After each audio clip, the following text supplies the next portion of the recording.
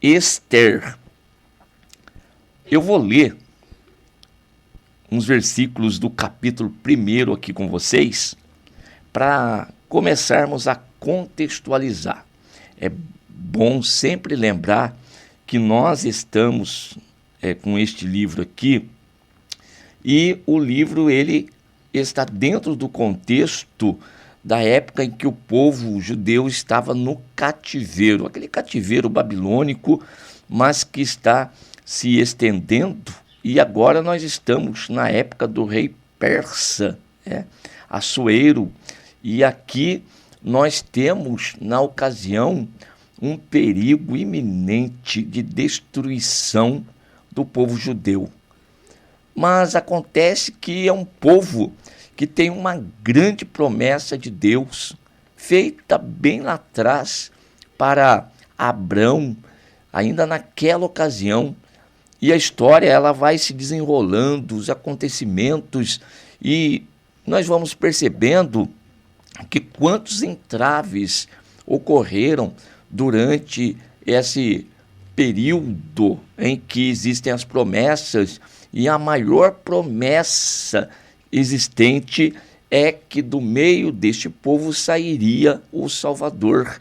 Quando Balaão, por exemplo, teve aquela visão, enxergou o povo naquele grande deserto, ele chegou a dizer: é um povo feliz, é um povo alegre, porque no meio dele há um alarido de um grande rei. O rei dos reis, o senhor dos senhores, nasceria então dessa linhagem aqui. Agora, quem é que pode frustrar os planos de Deus? Como que o inferno vai atrapalhar um projeto de Deus?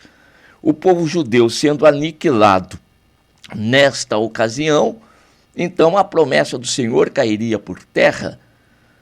Então, vejam o contexto do livro de Ester, e assim a gente vai fazer a leitura, e eu quero fazer com vocês aqui, novamente, a exposição, uma pregação expositiva, também aproveitando o sermão expositivo.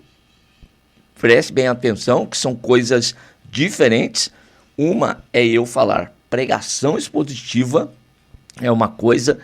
Outra, sermão expositivo. O sermão é o conteúdo, é a forma como esse conteúdo aí, ele se estrutura, e a pregação é então o estilo de fala que eu vou utilizar aqui com vocês. Pregação, tá bom? E no caso aqui vamos fazer o sermão expositivo também na forma sequencial, ou seja, capítulo por capítulo, e vamos extrair as lições contidas em cada grupo de versículos que nós fizermos aqui a leitura, respeitando sempre o texto. Não vamos extrair nenhuma lição que não esteja contida no texto sagrado, tá bom? O que ocorre muito é que quando pessoas vão pregar, eles aproveitam o texto lido e trazem mensagens de outros textos para dentro daquele que leu. Está errado. Nós precisamos fazer exegese. O que é a exegese?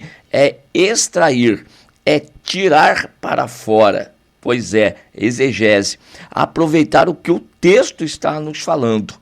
Agora, se fizermos da outra forma, como eu mencionei, se torna numa exegese, tá bom? É inserir no texto o que o texto ele não diz. Passo a leitura. Sucedeu nos dias de Assuero, este é aquele que reinou desde a Índia até a Etiópia, sobre 127 províncias, e naqueles dias, assentando-se o rei Assuero sobre o trono do seu reino, que está na fortaleza de Suzã, no terceiro ano do seu reinado, fez um convite a todos os seus príncipes e seus servos, o poder da Pérsia e Média e os maiores senhores das províncias estavam perante ele. E para mostrar as riquezas da glória do seu reino e o esplendor da excelente grandeza, por muitos dias, a saber 180 dias, E acabados aqueles dias, fez o rei um convite a todo o povo que se achou na fortaleza de Suzã, desde o maior até o menor, por 7 dias no pátio do jardim do Palácio Real. As tapeçarias eram de pano branco, verde, azul celeste, pendentes de cordões de linho fino, púrpura, argolas de prata, colunas de mármores.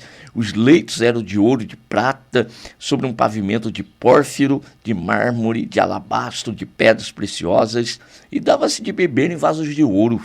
E os vasos eram diferentes uns dos outros, e havia muito vinho real, segundo o estado do rei. O beber era, por lei, feito sem que ninguém forçasse ao outro, porque assim o tinha ordenado o rei expressamente a todos os grandes da sua casa, que fizesse conforme a vontade de cada um. Também a rainha Vasti fez um banquete para as mulheres da casa real do rei Assuero.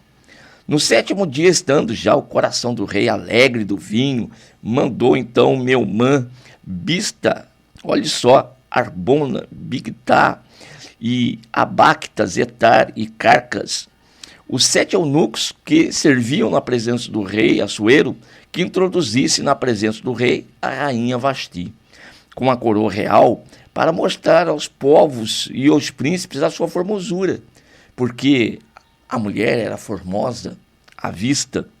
Porém a rainha Vasti recusou vir conforme a palavra do rei, pela mão dos eunucos, pelo que o rei muito se enfureceu e ardeu a sua ira.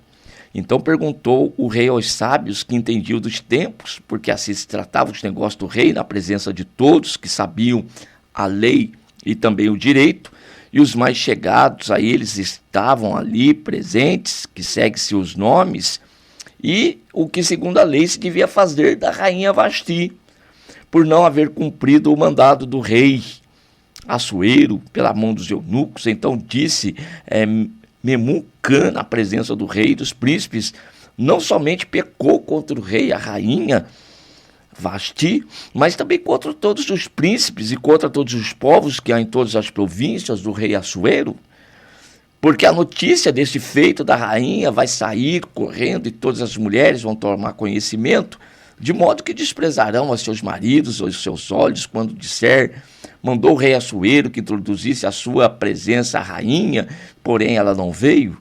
E nesse mesmo dia as princesas da Pérsia, da Média, dirão mesmo a todos os príncipes do rei, ouvindo o feito da rainha, e assim haverá desprezo e também indignação.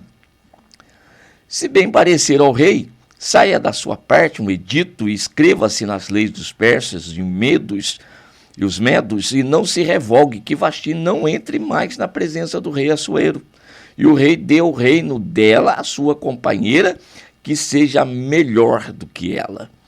E ouvindo-se o mandado que o rei decretar em todo o seu reino, porque é grande, todas as mulheres darão honra aos seus maridos, desde a maior até a menor. E pareceram bem essas palavras aos olhos do rei e dos príncipes, e fez o rei conforme a palavra de Memucã. E então enviou cartas a todas as províncias do rei, a cada província segundo a sua escritura, e a cada povo segundo a sua língua, que cada homem fosse senhor em sua casa, e que isso se publicasse em todos os povos conforme a língua de cada um. Muito bem. O capítulo 1, irmãos, faz então uma introdução ao cerne da história e de tudo o que vai ocorrer agora dentro desse reinado, e começando por essa resistência por parte da rainha, dela não querer entrar na presença do rei quando este solicitou a sua presença. E agora cria-se esse clima que os homens estavam aí com medo de que essa atitude da rainha provocasse uma revolução entre as demais mulheres e causasse aí, então, uma insatisfação e um desequilíbrio, enfim. Acontece que, meus queridos irmãos, o que está ocorrendo aqui está muito além do que muitas pessoas diriam que é um tal de machismo, né, que está ocorrendo aqui. Não deixa de ser, todavia, nós não podemos olhar somente por esse ponto de vista.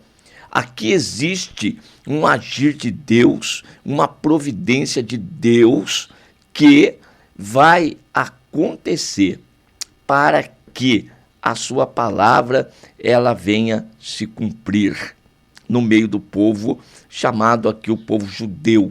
Ou seja, algo que, num primeiro momento, e até dentro daquela cultura, naquela época, não existe nada de extraordinário. Nós não podemos fazer a leitura do texto sagrado e trazer o entendimento textual, ou seja, fazer a leitura do texto como ele realmente foi transmitido conforme a época. É lógico que a época hoje, a nossa cultura principalmente, ela está totalmente diferenciada do que nós temos aqui. Porém, nós precisamos respeitar o texto dentro daquela cultura, e até porque estamos dentro de uma monarquia. Nós estamos aqui falando da história de um rei, de um império que é totalmente diferente de um contexto de república, tá bom? Então, não vamos comparar essas coisas aqui e vamos procurar enxergar que algo pequeno, entre aspas, que está acontecendo, ele está cooperando com algo muito maior que vai acontecer dentro dessa história aqui, tá bom? Então fica aqui para vocês essa introdução do agir de Deus, do mover de Deus e como que o Senhor, ele no seu trabalhar e no seu agir, ele começa, ele vai começando a fazer e ele vai já dando ali o início a uma grande história, que num primeiro momento parece ser complicado, parece ser difícil de entender. Acontece que muitas pessoas perdem grandes experiências e grandes aprendizados com Deus por causa de observar somente a parte do todo. Nós não podemos ficar presos à parte, nós precisamos ter uma visão aberta, nós precisamos ter uma visão mais longe, nós precisamos erguer a nossa cabeça e enxergar mais adiante. Isso que nós precisamos fazer. E a palavra de Deus, ela nos ensina exatamente isso aqui. Pare de ficar olhando para os detalhes, para os problemas pequenos. Problemas e mais problemas e mais problemas vão se somando e pode ter certeza, vai se converter num grande livramento, numa grande vitória, numa grande providência de Deus. Você pode ter certeza disso. Embora nós tenhamos um momento adverso, contudo, nós temos o Senhor, o Deus Todo-Poderoso, como, perdoe a fraqueza do meu vocabulário, trabalhando nos bastidores. Deus está no controle de todas as coisas. De tudo isso, ele é o diretor, ele é o comandante, ele sabe o que ele está fazendo. E nós, quanto povo, devemos sempre aprender com o Senhor e graças ao seu santo nome que ele deixou esta mensagem para nós, para que nós, lendo, nós possamos então aprender e assim confiar mais na sua graça e na sua providência. Amém? Vamos parar aqui e no próximo, amanhã, no caso, no programa Jesus e a Salvação, nós damos continuidade a esta mensagem. Para quem vai assistir no YouTube, o próximo vídeo, então, eu dou continuidade a esta mensagem. Amém.